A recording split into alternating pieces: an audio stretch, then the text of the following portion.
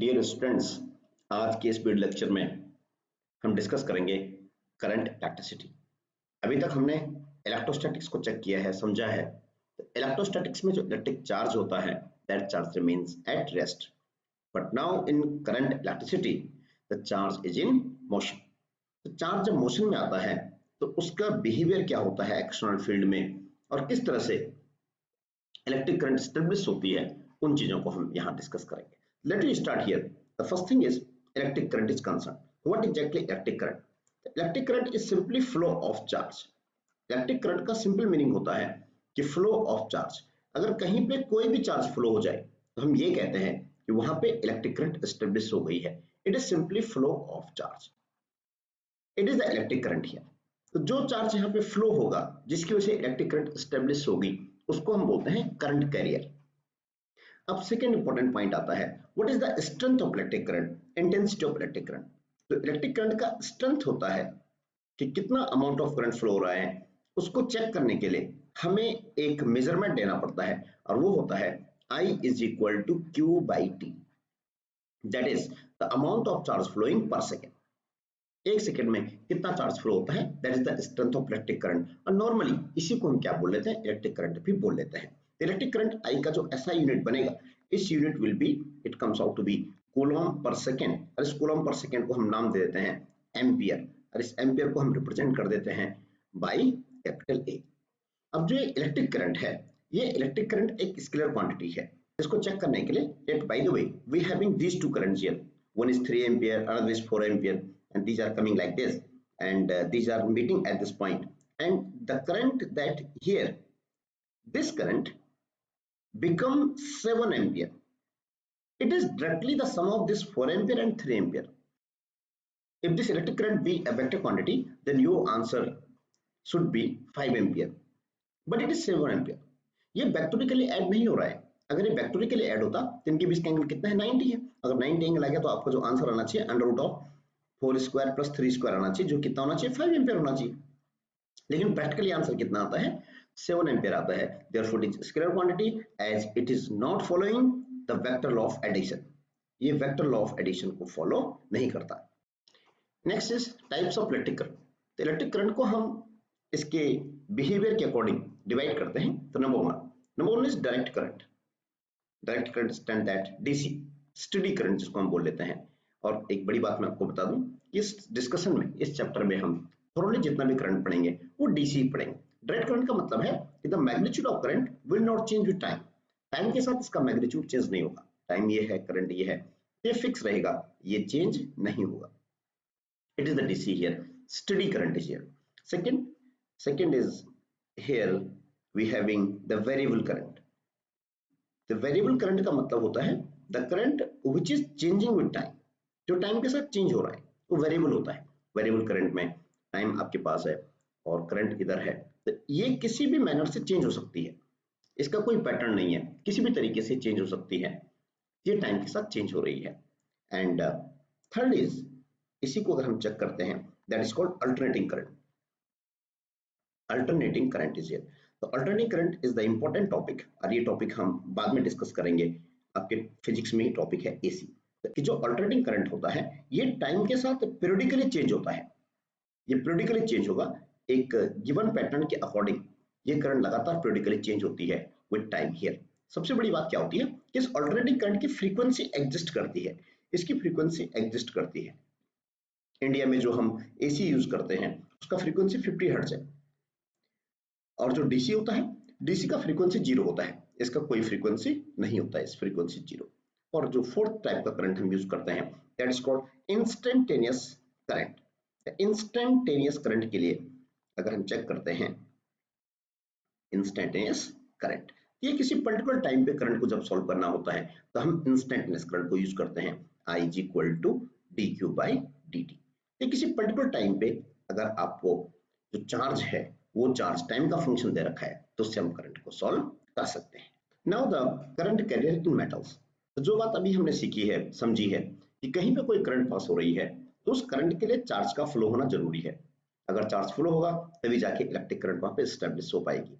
अब क्वेश्चन ये उठता है कि चार्ज हमारे पास 2 टाइप का होता है, one is positive charge, second is negative charge. तो जो मेटल्स होते हैं उनमें कौन सा चार्ज है जो करंट कैरियर बनता है, करंट के लिए रिस्पॉन्सिबल होता है। तो उसको समझने के लिए थोड़ा सा हम मेटल के एटॉमिक मॉडल को चेक करते हैं। तो जब हम किसी भी मेटल की बात करते हैं तो मेटल एटम से मिलकर बना हुआ है। तो एटम में हमारे पास ये न्यूक्लियस है और न्यूक्लियस के सराउंडिंग्स में यहाँ डिफरेंट ऑर्बिट्स हमारे पास होती हैं। ओके, अब इन ऑर्बिट्स में यहाँ पे इलेक्ट्रॉन्स हमारे पास होते हैं। दैट नो वेरी वेल, यहाँ इसका कॉन्फ़िगरेशन है इस तरह से।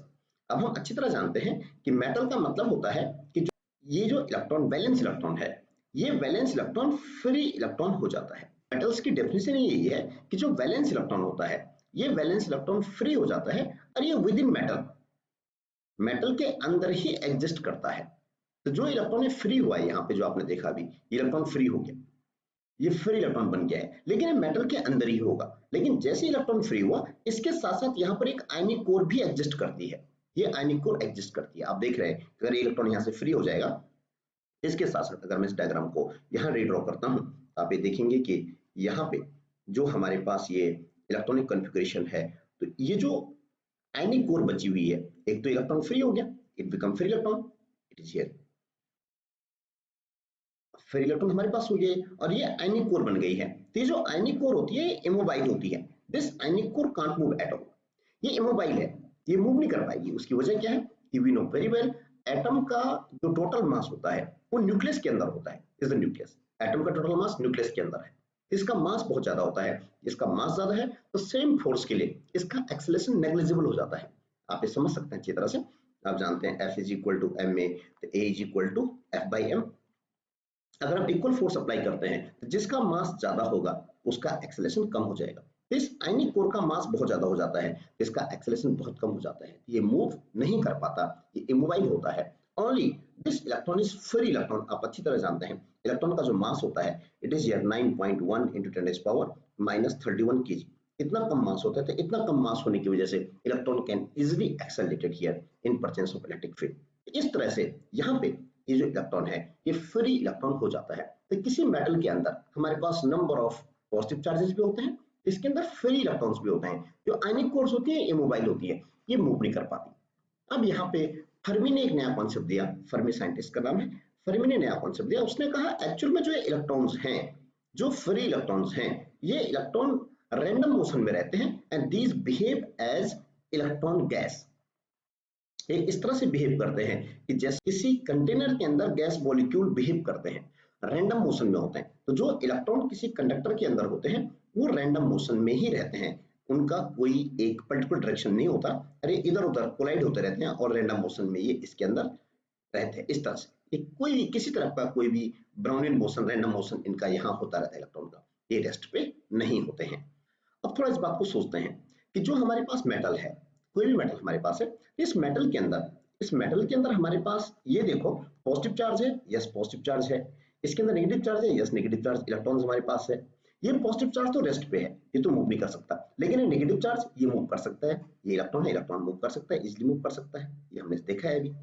लेकिन अगर ये इलेक्ट्रॉन मूव कर रहा है, ये मोशन में आ गया है, इसका मतलब इस कंडक्टर के अंदर, इसके अंदर करंट एग्जिस्ट होनी चाहिए ना, इसके अंदर करंट होनी चाहिए, क्योंकि इलेक्ट्रॉन मोशन में आ गया। करंट किसे बोलते हैं? Flow of charge.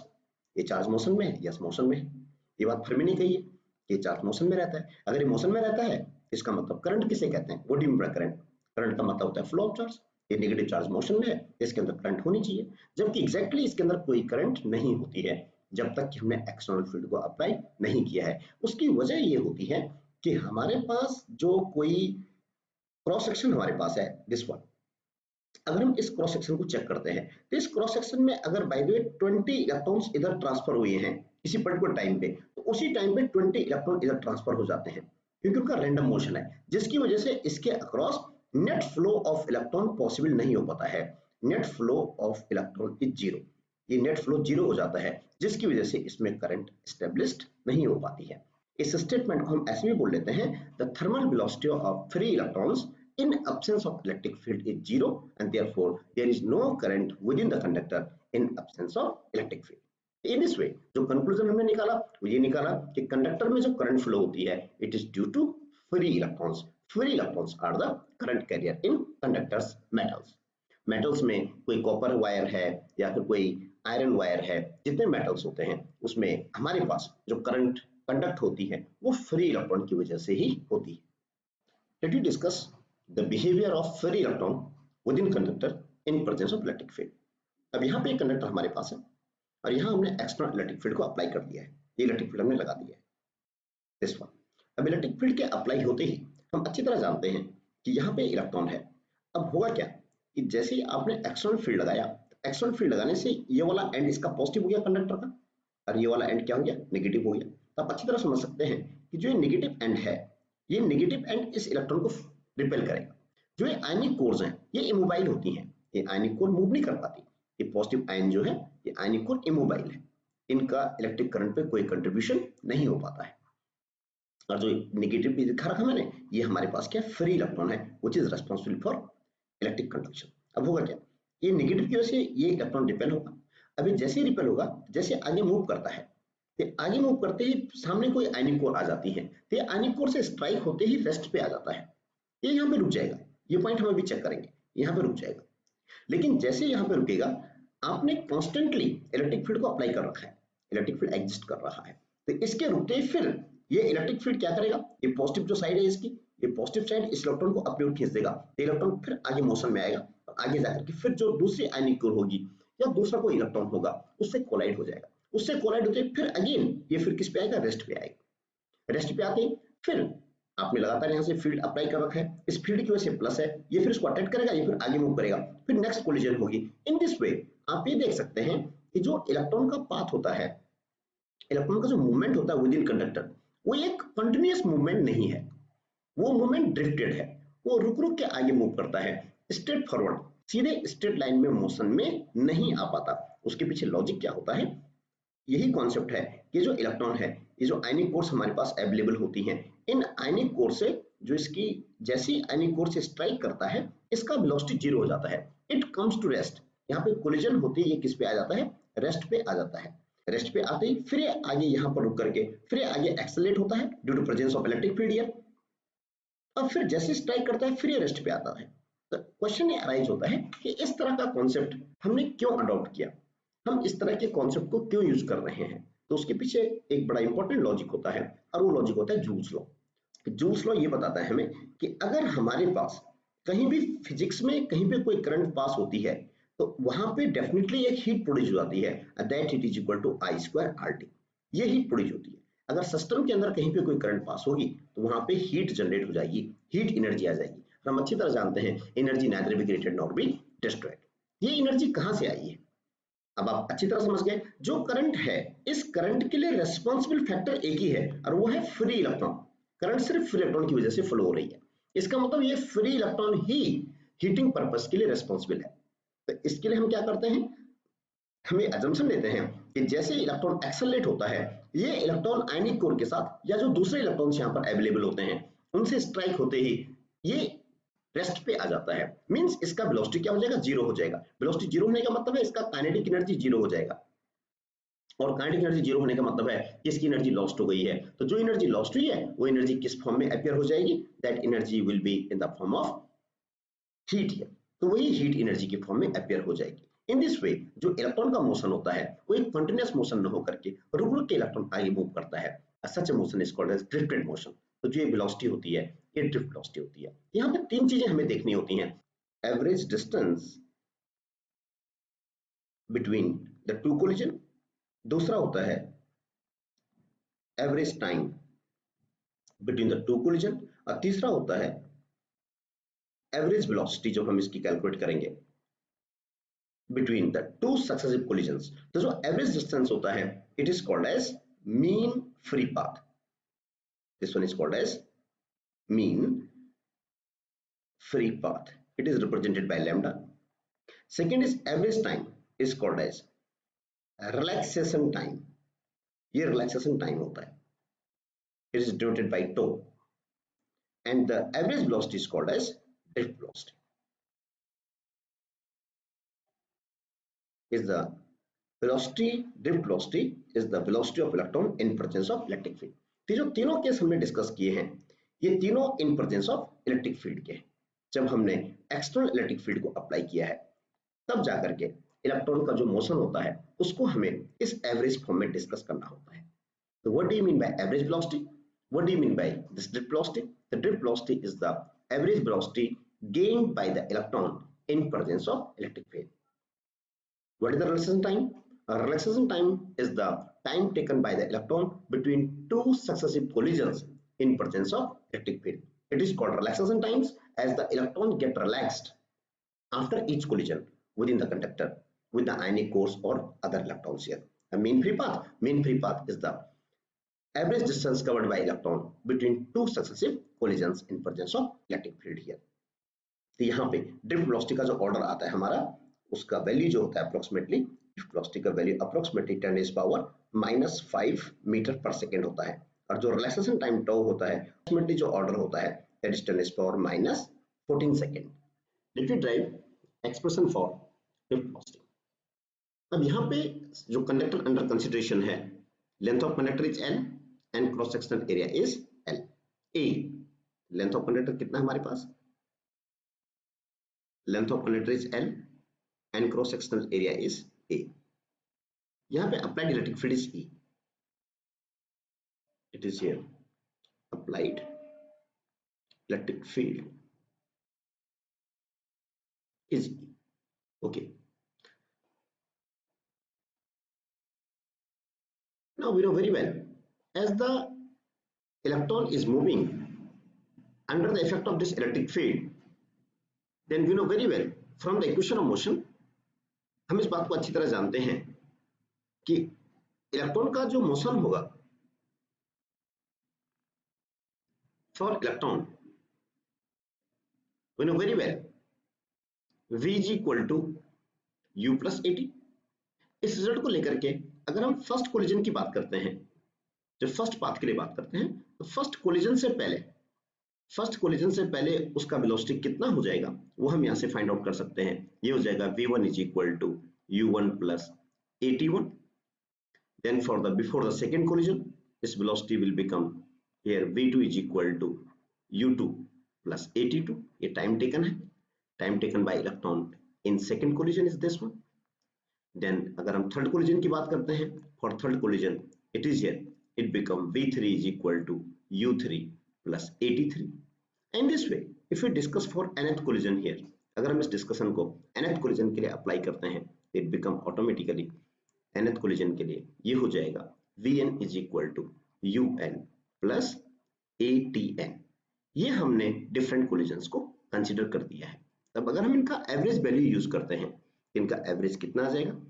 There average value will be v1 plus v2 plus and so on up to vn divided by n collisions are taking place is equal to, यहाँ कितना आ जाएगा? u1 plus u2 plus up to un upon n is here, and as well as यहाँ पर आ जाएगा हमारे पास it is here a is outside and it become t1 plus t2 plus and so on up to tn upon n. That you know very well, जो ये average velocity होती है in presence of electric field, this velocity is called as drift velocity. यही drift velocity होती है. Average velocity, initially average velocity zero. हम अच्छी तरह जानते हैं इस कोलिजन के बाद जब ये आगे मूव करेगा तो इसका इनिशियल वेलोसिटी जीरो होता है. जब ये यहाँ से आगे मूव करेगा तो इसका इनिशियल वेलोसिटी जीरो होगा. इन this way average initial velocity zero and plus a into this average time is called as a relaxation time tau. In this way you got the result here, vd is equal to a tau. अब यहाँ पे हमें जो tau होता है relaxation time tau is here. अब जो a है इसको कैलकुलेट करने के लिए वी नो वेरी वेल, जो इलेक्ट्रॉन यहाँ पर है, इलेक्ट्रॉन इलेक्ट्रिक फील्ड में है, तो फोर्स ऑन इलेक्ट्रॉन कितना लग रहा है यहाँ पे?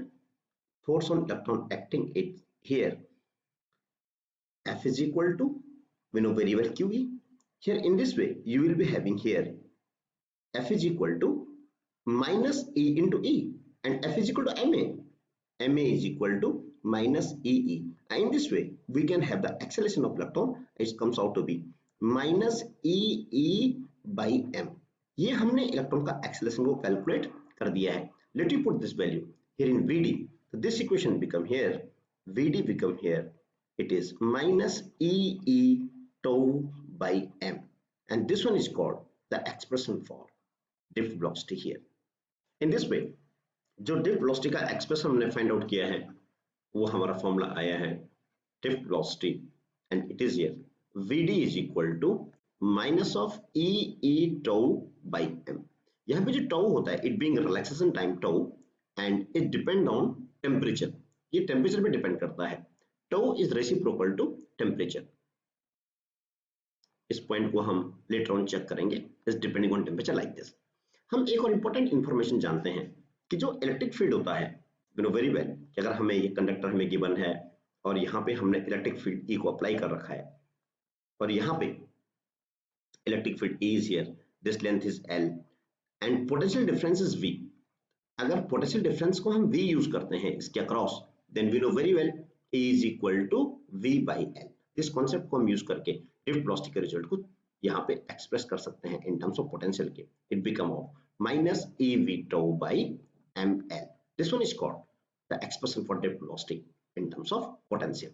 One of the important thing is here, और वो ये है कि जो नेगेटिव साइन है, नेगेटिव साइन का मतलब ये है कि जो इलेक्ट्रॉन का मोशन है यहाँ पे, ये जो इलेक्ट्रॉन है, इलेक्ट्रॉन इस डायरेक्शन में है। क्यों है? क्योंकि पॉजिटिव प्लेट है, ये साइड पॉजिटिव हो जाएगा तो ये पॉजिटिव इलेक्ट्रॉन को अपनी ओर खींचेगा, इधर जाएगा। इसका ड्रिफ्ट वेलोसिटी इस डायरेक्शन में है इलेक्ट्रॉन का, लेकिन जो इलेक्ट्रिक फील्ड है वो इस डायरेक्शन में लगा हुआ है। नेगेटिव साइन का मतलब ये है। अब यहाँ पे एक छोटी सी क्वांटिटी आती है and that quantity is to be described and it is called mobility of current carrier. Let you discuss mobility of electrons. तो इलेक्ट्रॉन अगर मोशन में आ जाता है इलेक्ट्रिक फील्ड की प्रेजेंस में, उसके एक पैरामीटर को हमें डिफाइन करना पड़ता है, that parameter is called as mobility. तो mobility is defined as simply it is the ratio of drift velocity to the electric field, drift velocity over electric field here. ये जो रेशियो होता है इसको हम मोबिलिटी बोलते हैं। इसका मतलब ये है कि जितना हम इलेक्ट्रिक फील्ड को इंक्रीज करते हैं उसका इफेक्ट ड्रिफ्ट वेलोसिटी पे कितना पड़ता है, that thing is called as mobility. It is here Vd upon E। इसको हम चेक कर सकते हैं, इसका यूनिट पे हम फ्रेम कर देंगे, इसका यूनिट कितना हो जाएगा यहां से कर देखते हैं। the mu unit will automatically become here drift velocity being meter per second and electric field you know very well it is here volt per meter। इसको चेक करेंगे कितना हो जाएगा, it become meter square over volt second is the SI unit for this mobility। तो mobility में एक important information हमें और देखनी है कि मोबिलिटी डिपेंड किस पे करता है। तो mobility mu is equal to drift velocity upon electric field and drift velocity you know very well, अभी हमने चेक किया, it is here minus of E tau by m, और ये इलेक्ट्रिक फील्ड ऑलरेडी आपके पास है तो यहां से कैंसिल आउट हो जाएगा। In this way this mu is equal to minus E tau by m। In this way mobility is depending on relaxation time tau and which is reciprocal to that of the temperature। It is one of the important result how the mobility get affected on increasing temperature of the conductor। ये बात आपने ध्यान में रखनी है। It is independent of potential, ये potential पे depend नहीं करता है, डिपेंड ओनली ऑन टेम्परेचर।